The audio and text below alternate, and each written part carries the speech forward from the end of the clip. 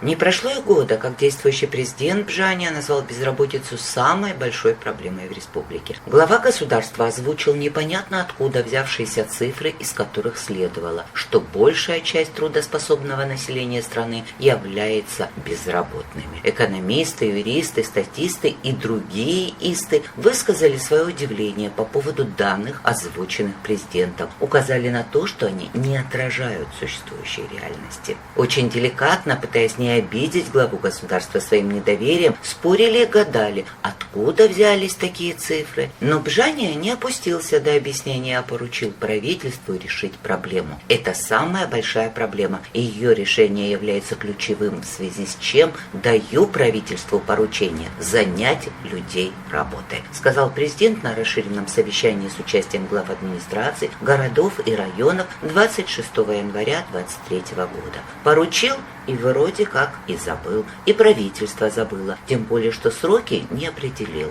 Но не прошло и года, вспомнил о безработице, только не на совещании с родным правительством, требуя результатов занятости, а в интервью российским СМИ. И тут уже стало понятно, что, оказывается, не просто так говорил. Есть у него какой-то тайный план, согласно которому он намерен создать около 50 тысяч рабочих мест. И для этого, по словам Бжания, надо вложить в экономику Абхазии 400 миллиардов рублей. Так Аслан Бжания обосновал свое трепетное отношение к иностранному бизнесу, который готов эту историю финансировать, строить апартаменты и гостиницы и нанимать местных жителей охранниками, горничными и грузчиками. Между тем, по уже имеющемуся в нашей стране опыту, такое инвестирование выглядит весьма ущербным и для экономики Абхазии, так как иностранные бизнесмены, которых привлекает якобы для поднятия экономики страны Аслан Бжания, получают в нагрузку к безвозмездно выделенным объектам и ценнейшим землям беспрецедентные бонусы,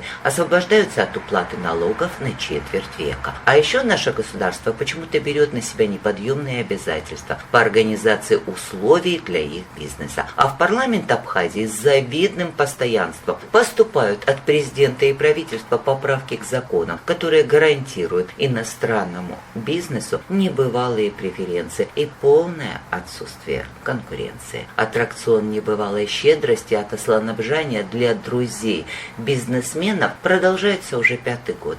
Сложно не догадаться, что вся эта кипучая деятельность связана с личным интересом самого президента и его окружения и не имеет никакого отношения к развитию нашей страны. Вот и экономист Ахра Арестава подсчитал, что за 4 года в результате предоставления льгот иностранным бизнесменам сумма недополученных страной средств превысила 30 миллиардов рублей. Думаю, что экономист, объявленный Асланом Бжания псевдоэкономистом, не имеет доступа к полному объему информации, и на самом деле сумма ущерба, нанесенного стране президентом, значительно больше. Но кто считает? Но от потерь в результате так называемой инвестиционной деятельности к безработным гражданам, о которых вдруг запереживал Аслан Бжания в последние 1,5 года. Уж не знаю, сколько их было к моменту водворения Бжания в кресло президента, ни у кого нет таких данных. Но есть ощущение, что численность их увеличивается благодаря именно стараниям руководства страны.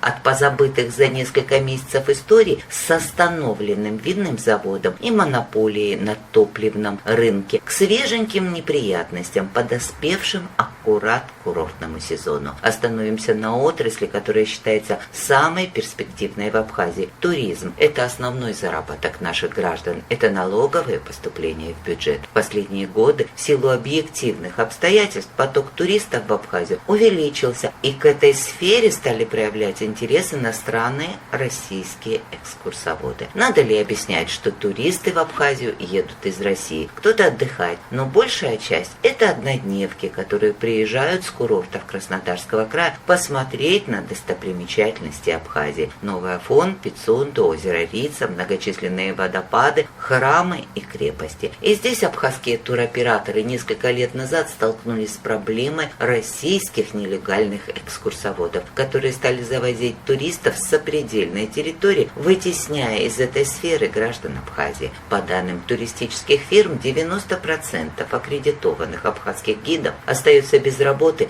из-за деятельности российских нелегалов. Кстати, в этом году рейдовые мероприятия по отлову нелегальных экскурсоводов перестали проводиться правительством. То есть, вместо того, чтобы наладить необходимый контроль и защитить свое трудоспособное население, правительство Абхазии стало придумывать, как узаконить в республике деятельность экскурсоводов из Российской Федерации, которые на законном основании смогут спокойно поглотить туристический рынок Абхазии. Тот самый, который Аслан Бжаня считает самым перспективным.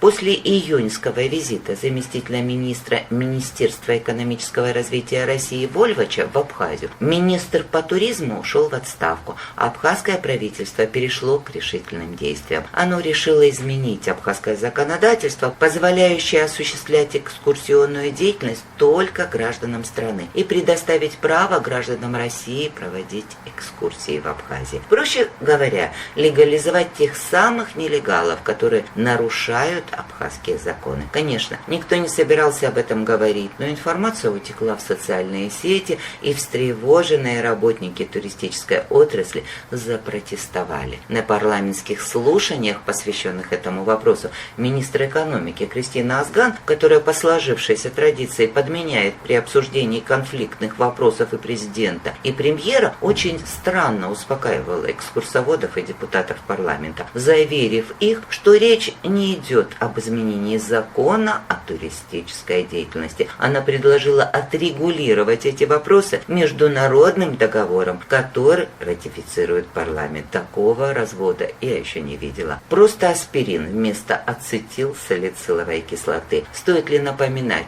что межправительственное соглашение имеет большую силу, чем национальное законодательство? Впрочем, министр экономики Азган знатный регулятор. Это благодаря в том числе и ее усилиям были созданы кризисы в энергетике, в топливной сфере, повышенные цены на электричество и так далее. Теперь она продвигает интересы российских экскурсоводов в Абхазии. И понятно, что ничего хорошего от этого лоббиста ожидать не приходится. Любопытно, что объясняет депутатам необходимость принятия соглашения, позволяющего российским гидам работать в Абхазии. Министр экономики говорил о чем угодно. О дружбе и сотрудничестве, о гармонизации, о двойном гражданстве, проявляла заботу о вип-персонах и так далее. В ее речи не было только экономической составляющей, словно она не имеет никакого отношения к экономике. Кристина Азган не произнесла ни одной цифры, кроме численности пассажиров в микроавтобусах, которых будут завозить